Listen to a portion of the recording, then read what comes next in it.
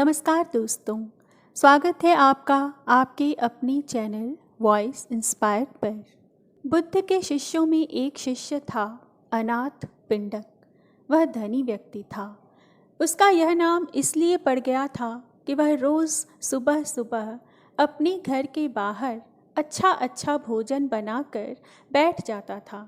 उसके पास जो भी आता था उसे वह खिलाता था। वह अनाथों के पिंड को भरता था, अर्थात सबका पेट भरता था। इसलिए उसका नाम अनाथ पिंडक पड़ गया। वह अपने काम और नाम से प्रसिद्ध हो गया था। उसका यश दूर दूर तक फैल गया था। बुद्ध ने भी उसकी ख्याति सुन रखी थी। बुद्ध उन दिनों अपने हजारों सन्यासी भिक्षुओं के साथ वैशाली नगर में उपदेश दे रहे थे और लोगों को असीम शांति प्रदान कर रहे थे। अनाथ पिंडक को जब मालूम पड़ा कि मेरे नगर के पास ही बुद्ध अपनी अनेक शिष्यों के साथ आए हुए हैं, वह उनके दर्शन करने गया। वहां पहुंचने पर उसे बुद्ध के दर्शन हो गए। बुद्ध शांति, आनंद और प्रेम की मूरत थे। चेहरे पर मंद मंद मुस्कुराहट थी। उनके वस्त्र पीत रंग के थे और सिर पर जटाएं थीं। वे बहुत ही मीठा और नम्रतापूर्वक बोल रहे थे। उनको सैकड़ों लोग बिल्कुल शांत होकर सुन रहे थे। बुद्ध की शांति और आनंद उनके हृदय में उतर रहा था।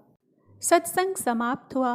अनाथ पिंडक करीब आया, बुद्ध के चरणों में नमस्कार किया और कहा, मैं अनाथ पिंडक हूँ। कहो कैसे आए? मैं चाहता हूँ कि आप मेरे नगर में पधारें। वहाँ के लोग आपके धर्म उपदेश को सुनकर लाभान्वित हों और उनका जीवन आनंद से भर जाए। बुद्ध ने कहा, ठीक है, मैं आऊँगा, तुम व्यवस्था बना लेना। अनाथ पिंडक बहुत प्रसन्न हुआ। उसने पुनः बुद्ध के चरणों में प्रणाम किया और एक ओर बैठ गए। महाकश्यप बुद्ध के शिष्य थे। उन्होंने पिंडक को समझाया कि हम यहाँ पर हजारों भिक्षु हैं, तो किसी एक के घर में तो रुकना संभव नहीं हो पाएगा। इसलिए अच्छा यह रहेगा कि तुम किसी खुले बाग बगीचे में व्यवस्था कर लेना। हम जैसे लोग भगवान के लिए एक छोटी सी झोंपड़ी बना लेंगे और हम भिक्षु उनके आसपास रुक जाएंगे। अनाथ पिंडक ने कहा, ठीक है, ऐसा ही होगा। वह अपने नगर लौट आया और अपने नगर में नज़र दौड़ाई कि कहाँ कहाँ पर व्यवस्था हो सकती है। उसे एक बड़ा सुंदर बगीचा पसंद आ गया। वह उस बगीचे के मालिक के पास गया। उससे जाकर कहा, मैं आपका बगीचा खरीदना चाहता हूँ। मैंने बुद्ध देव को बुलाया है। उनकी सेवा के लिए मैं उनको यह बगीचा भेंट देना चाहता हूँ, ताकि वे यहाँ पर रहकर लोगों को धर्म का उपदेश देकर उनका जीवन धन्य कर दें। बगीचे का मालिक संत महात्माओं के प्रति श्रद्धा नहीं रखता था, इसलिए उसने साफ मना कर दिया, मैं तो बेचूंगा ही नहीं। बहुत मनाने पर कहा, चलो ठीक है, यह बगीचा तुमको देता हूँ, पर इस बगीचे की कीमत एक साथ लूँगा। इस बगीचे की खरीदारी यूँ होगी कि तुम जितनी ज़मीन पर सोने के सिक्के बिछा लोगे, मैं उतनी ज़मीन तुम्हें दे दूँगा। अनाथ पिंडक के तो प्रसन्नता के मारे आंसू निकल आए। उसने कहा, शुक्र है, तू राजी तो हुआ। मुझे बुद्ध देव को यहाँ पर लाना है और अगर इतनी बड़ी कीमत भी है तो मैं ये कीमत भी दूंगा। अनाथ पिंडक अपनी सारी दौलत, सारा सोना बैलगाड़ियों में भर कर ले आया। उसने सोने के सिक्कों से सारा बगीचा पाट दिया, सोने की तह बिछा दी। वहाँ के लोग अनाथ पिंडक को पागल कहने लगे। इसने एक महात्मा के लिए अपनी सारी संपत्ति लुटा दी है। पर लोगों को क्या मालूम कि संत, महात्मा और गुरु का सानिध्य कितना अमूल्य होता है। महात्मा बुद्ध 40 साल तक देश भर के गांव-गांव में जाकर धर्म का उपदेश देते रहे। उनका यह भाव था कि जिस आनंद को मैंने पाया है वह जन जन तक पहुँचे। शांति पाने का अधिकार सबको है। वे घर घर जाकर ज्ञान का दीपक जलाना चाहते थे। उन्होंने जीवन भर अनेक दीपक जलाए, उनके उपदेश से अनगिनत लोगों का मन निर्मल हो गया। अनाथ पिंडक के मन में बस एक ही इच्छा थी कि मैं महात्मा बुद्ध का सानिध्य प्राप्त करूं, अपने नगरवासियों के साथ बैठकर बुद्ध देव का उपदेश जो अमृत है सबके साथ बैठकर पी सकूं। बगीचे के मालिक ने देखा कि सारा बगीचा सोने के सिक्कों से पटा पड़ा है। वह अनाथ पिंडक की एक महात्मा के प्रति अगाध श्रद्धा को देखकर हैरान रह गया। उसका हृदय पिघल गया।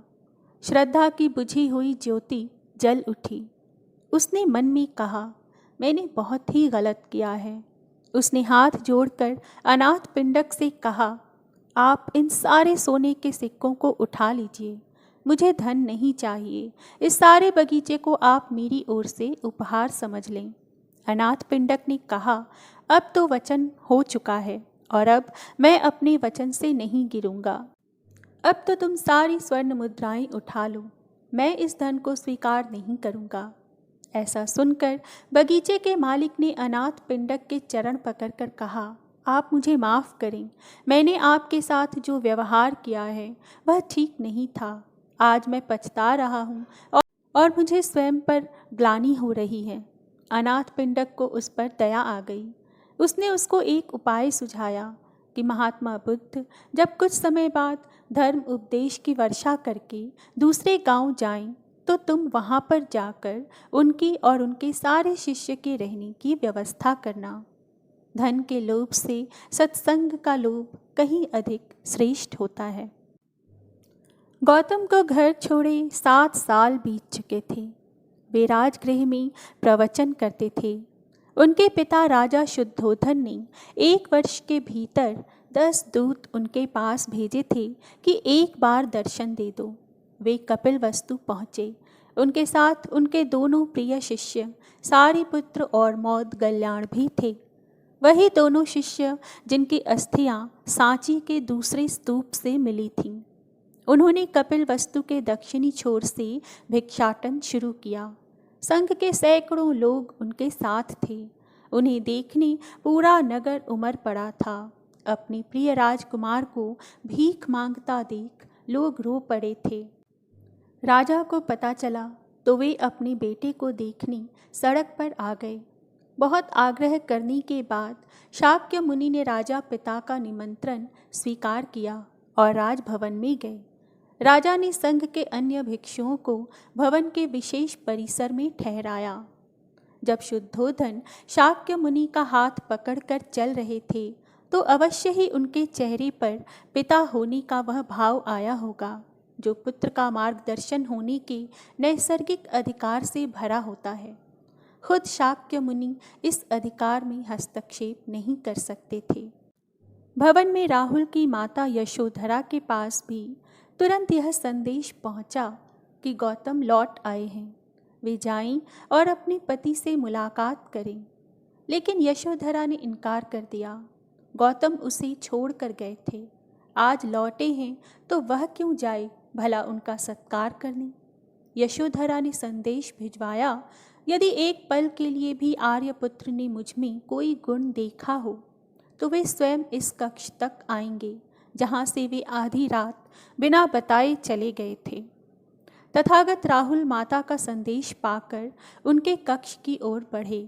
उन्होंने दोनों शिष्य से कहा, वे कुछ भी कहें, कुछ भी करें, तुम दोनों शांत रहना, कोई प्रतिक्रिया मत करना, उन्हें सुरुचिपूर्ण वंदना करने देना। कमरे में तथागत अपनी शैली में बैठ गए। सारिपुत्र हमेशा की तरह उनकी दाईं ओर और मौदगल्यायन उनकी बाईं ओर बैठे। यशोधरा आई। वे राजकुमारी नहीं दिख रही थीं। उन्होंने तथागत के चरण स्पर्श किए और उनके सामने बैठ गईं। कमरे में शांति थी। तभी राजा शुद्धोधन कमरे में आए।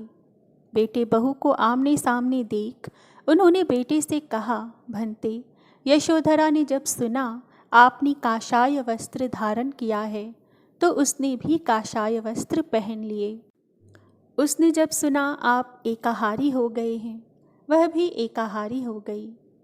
आपने उत्तम पलंग पर सोना त्याग दिया है तो इसने भी त्याग दिया। आपने माला का त्याग किया, गंध का त्याग किया, तो इसने भी वह सब त्याग दिया। मायके वाले इसे संदेश भेजते हैं, वे इसे ले जाना चाहते हैं, लेकिन यह यहीं रहती है, इसी कक्ष में। यह गुण की मूर्ति है। राजा स्नेह से अपनी बहू को देखते रहे। अचानक तथागत उठे, उस कक्ष से बाहर चले गए। शाक्य मुनि ने शिष्यों को शांत रहने को कहा था, लेकिन वे स्वयं उस कक्ष से बाहर चले गए। आखिर उस पल क्या हुआ होगा? उनके मन के भीतर कैसे कैसे विचार उठते होंगे। क्या संबोधि एक लघु क्षण होता है या दीर्घ क्षण? क्या संबोधि एक अनंत अभ्यास है? क्या संयम उसका गरुड़ यान है? धम्मपद का 13वां श्लोक बार बार याद आता है। यथागारम दुछेन बुट्टी समतिवि भजति एवं अभावितम चित्तम रागो समति विभजति। घर की छत मजबूत ना हो, सही तरह से उसे घास फूस से ढका न गया हो, तो बरसात के दिनों में उसमें से पानी रिसता है, घर भर में फैल जाता है। उसी तरह ध्यान और एकाग्रता हमारे व्यक्तित्व की छत है। ध्यान और एकाग्रता जीवन को सार्थक करते हैं। गौतम बुद्ध ने जिस दिन से संन्यास ग्रहण किया, उसी दिन से स्वयं का संपूर्ण जीवन समाज के कल्याण हेतु समर्पित कर दिया था। संन्यास पथ पर निरंतर चलते हुए उन्हें गया में निरंजना नदी के किनारे ज्ञान की प्राप्ति हुई। उनके पवित्र जीवन उद्देश्य को लाखों लोगों ने उनका शिष्यत्व ग्रहण कर अपनाया और अपना सब कुछ जन लाभार्थ अर्पित कर दिया। जब बुद्ध का अंतकाल निकट आया तो वे कुछ अस्वस्थ हो चले थे।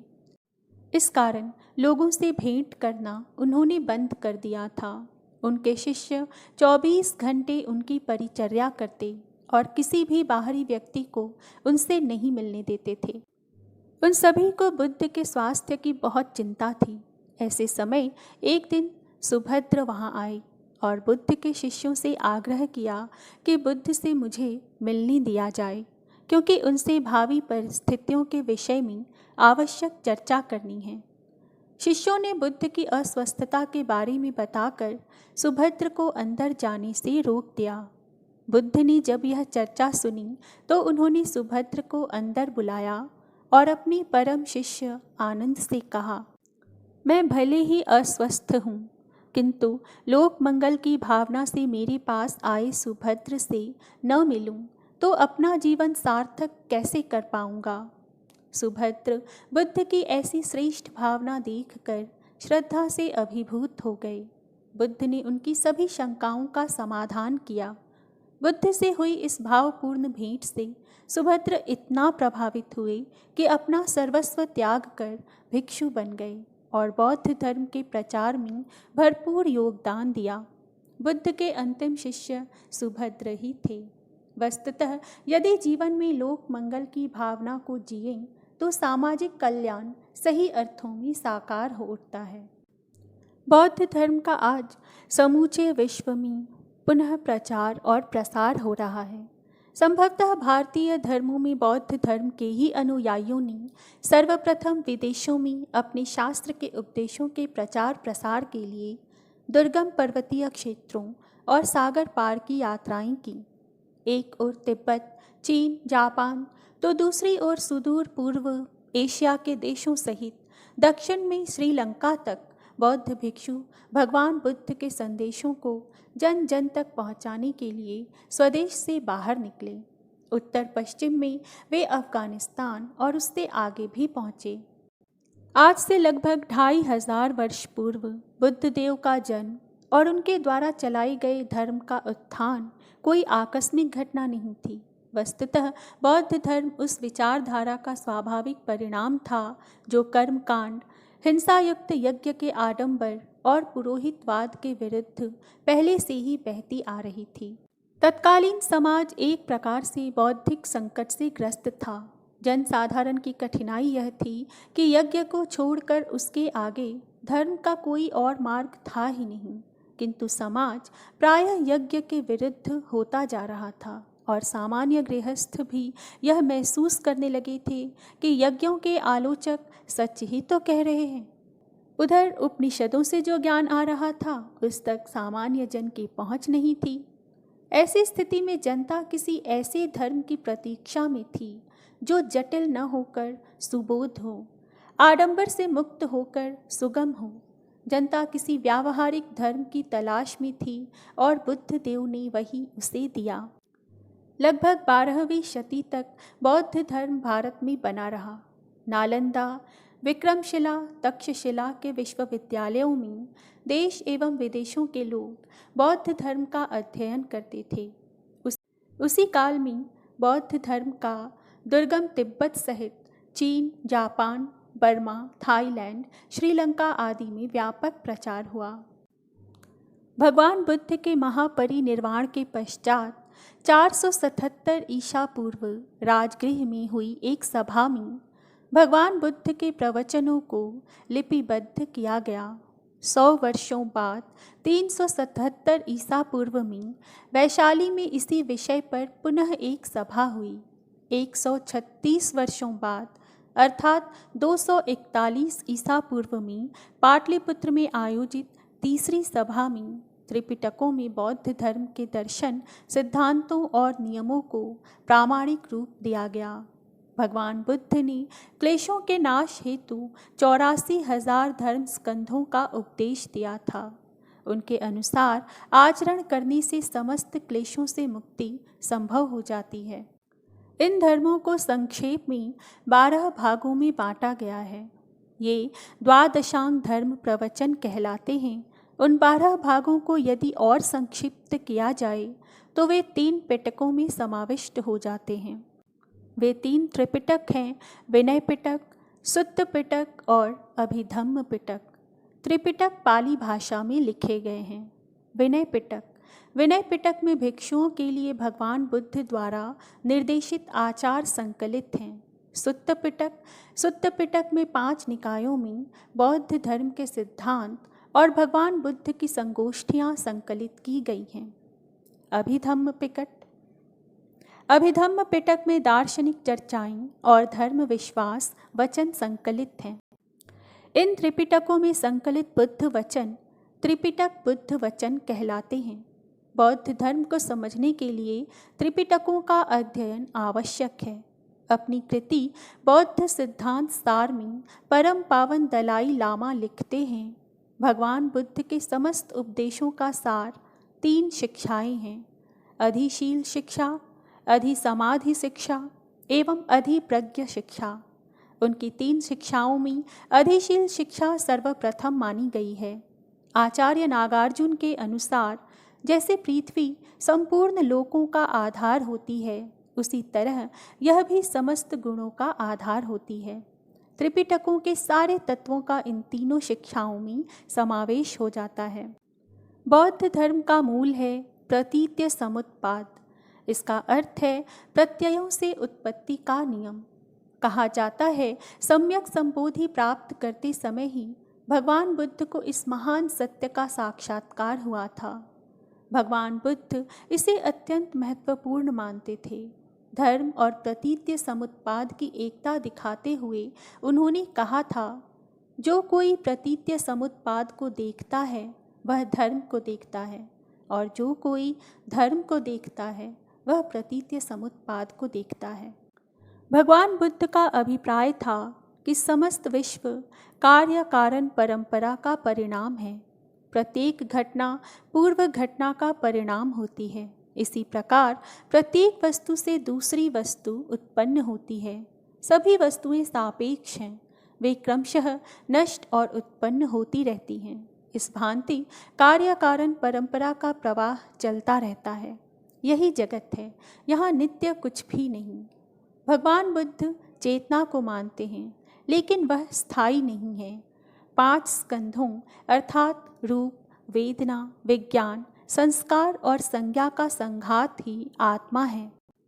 बौद्ध धर्म के स्थविरवाद परंपरा के अनुसार प्रतीत्य समुत्पाद का विवरण इस प्रकार है।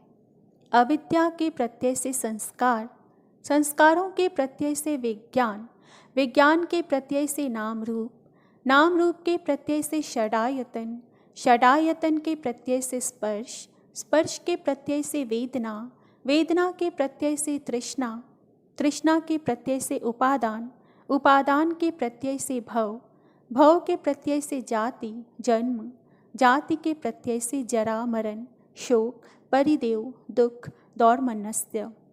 जीवन के इन 12 कड़ियों को द्वादश निदान की संज्ञा दी गई है। इसी द्वादश निदान के अनुसार भूत संस्कार या भूत जीवन अथवा अतीत से अर्थात अविद्या एवं संस्कार से वर्तमान जीवन की अर्थात भव, उपादान, तृष्णा, वेदना, स्पर्श, षडायतन, नाम रूप विज्ञान की घटनाएं घटती हैं।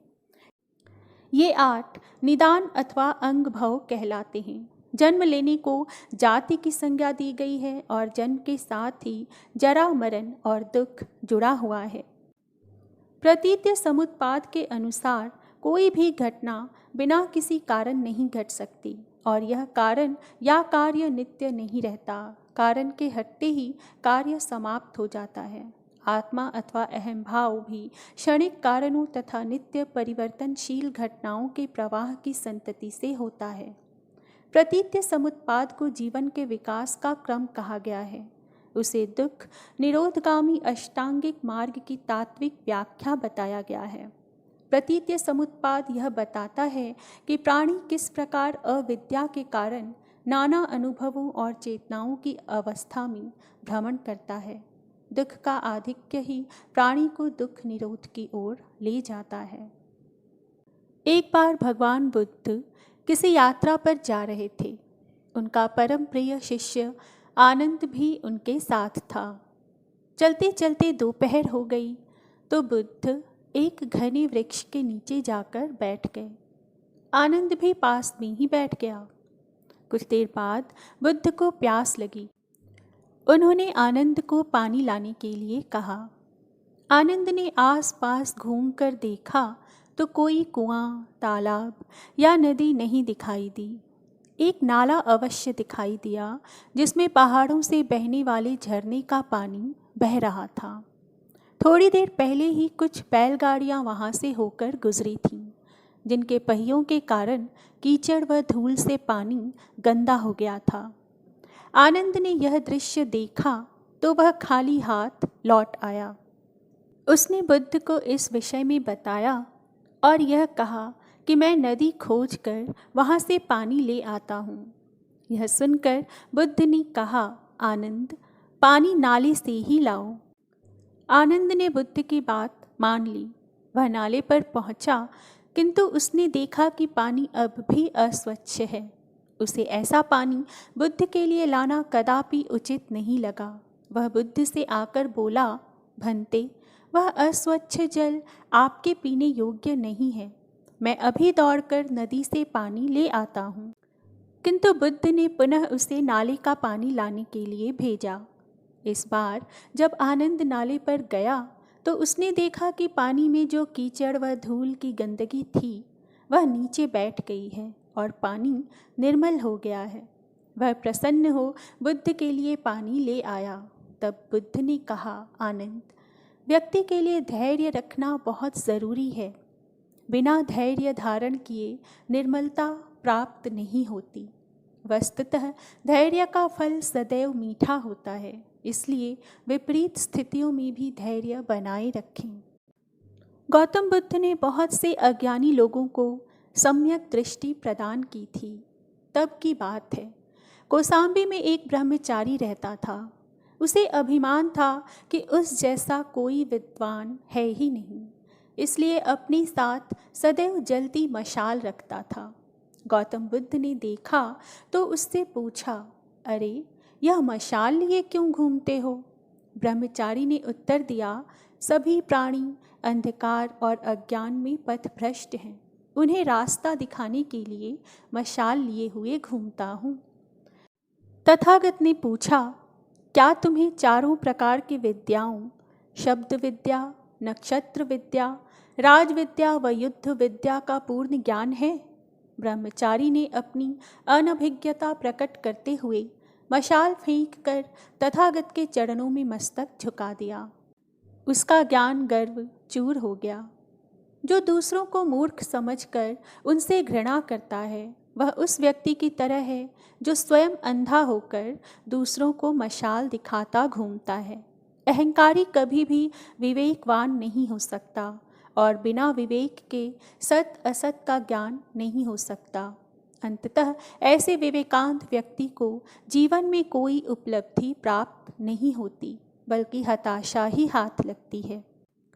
भगवान बुद्ध के सभी शिष्यों की कोशिश यही रहती थी कि उनके सिद्धांतों को यथाशक्ति आचरण में उतार लें।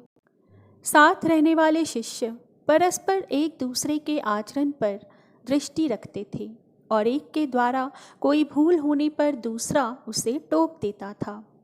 एक दिन बुद्ध के 2 शिष्य नालंदा से पाटलिपुत्र आ रहे थे, जहाँ बुद्ध रुके थे। पूरे दिन के सफ़र में दोनों चलते चलते थक गए। रास्ते में नदी दिखी तो पानी पीकर थोड़ा सुस्ताने लगे। तभी उन्होंने देखा कि एक स्त्री पानी में डूब रही है। बौद्ध भिक्षुओं के लिए स्त्री का स्पर्श वर्जित माना जाता है, अतः एक ने कहा, हमें धर्म की मर्यादा का पालन करना चाहिए। लेकिन दूसरा बोला, मेरी आँखों के सामने कोई मर जाए और मैं कुछ न करूं, यह असंभव है। यह कहते हुए वह पानी में कूद पड़ा और स्त्री को कंधे पर उठाकर बाहर ले आया। दोनों की यात्रा फिर शुरू हो गई। रास्ते भर पहले भिक्षु ने दूसरे की खूब निंदा की। बुद्ध के सामने पहुंचने पर पहले भिक्षु ने पूरी बात सुनाते हुए कहा, भंते, इसे मैंने काफ़ी रोका, किंतु यह इस भीषण पाप को करने में तनिक भी नहीं हिचकिचाया। बुद्ध ने उसकी पूरी बात सुन शांतिपूर्वक पूछा, इसे स्त्री को कंधे पर बाहर लाने में कितना समय लगा होगा? उसने जवाब दिया, 15 मिनट। फिर बुद्ध ने पूछा, उसके बाद तुम लोगों को यहाँ आने में कितना समय लगा? उत्तर मिला, यही कोई 6 घंटे।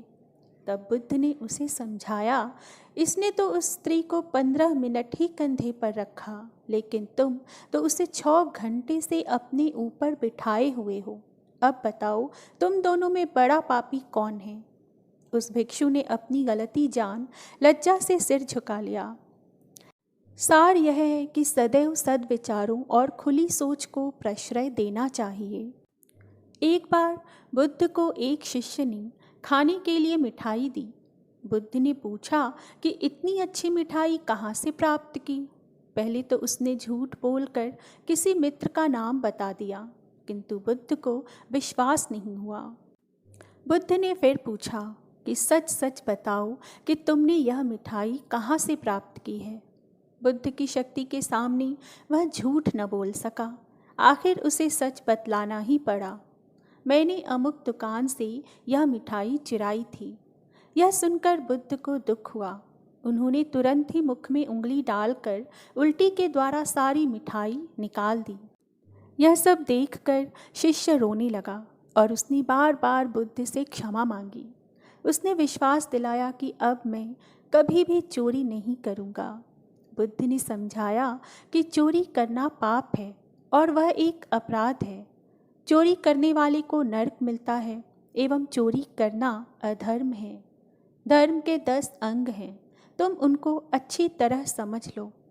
सदा सत्य बोलो, हिंसा मत करो, चोरी मत करो, अधिक पदार्थों को जमा नहीं करना चाहिए, इंद्रियों को सदा वश में रखो, मन को सदा पवित्र रखो, सबको क्षमा करना सीखो और यथाशक्ति सबकी मदद करना तथा क्रोध नहीं करना चाहिए।